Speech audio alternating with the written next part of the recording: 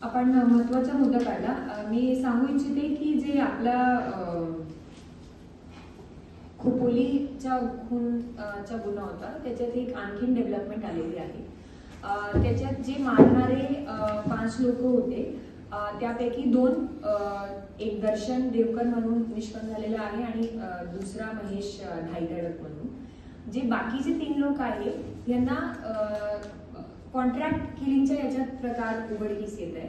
म्हणजे जे रवींद्र देवकर आहे त्यांनी याच्यात एक प्रकारे सुपारी देऊन काही मुलांना लोकांना बोलवलेला होता आणि त्यांनी हे घडवलेलं आहे।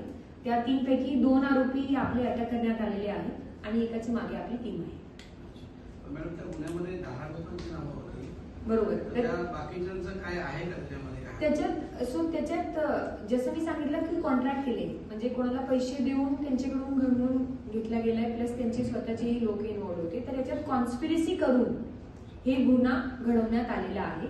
तर जे बाकीचे लोक आहेत त्यांच्या डिटेलमध्ये आपण चार्जशीटमध्ये देणारच आहोत। ज्यांच्या रोल निष्पन्न झालाय त्यांनाच आपण अटक याच्यात केलेला आहे। जे कॉन्स्पिरसीचे वेगवेगळे भाग असतात, कोणी समजा प्लॅनिंग मध्ये हे केला, कोणी प्रिपरेशन मध्ये मदत केली, कोणी नंतर मदत केली, असं वेगवेगळे भाग आहेत।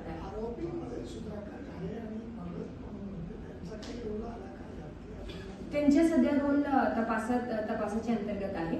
काही दिवसांनी आपला जवळपास पूर्ण होत आलेली आहे। याच्यात आपलं जे डिटेक्शन आणि हे होता इन्व्हेस्टिगेशन आपल्या पुरावा गोळा करण्याचं काम चालू आहे।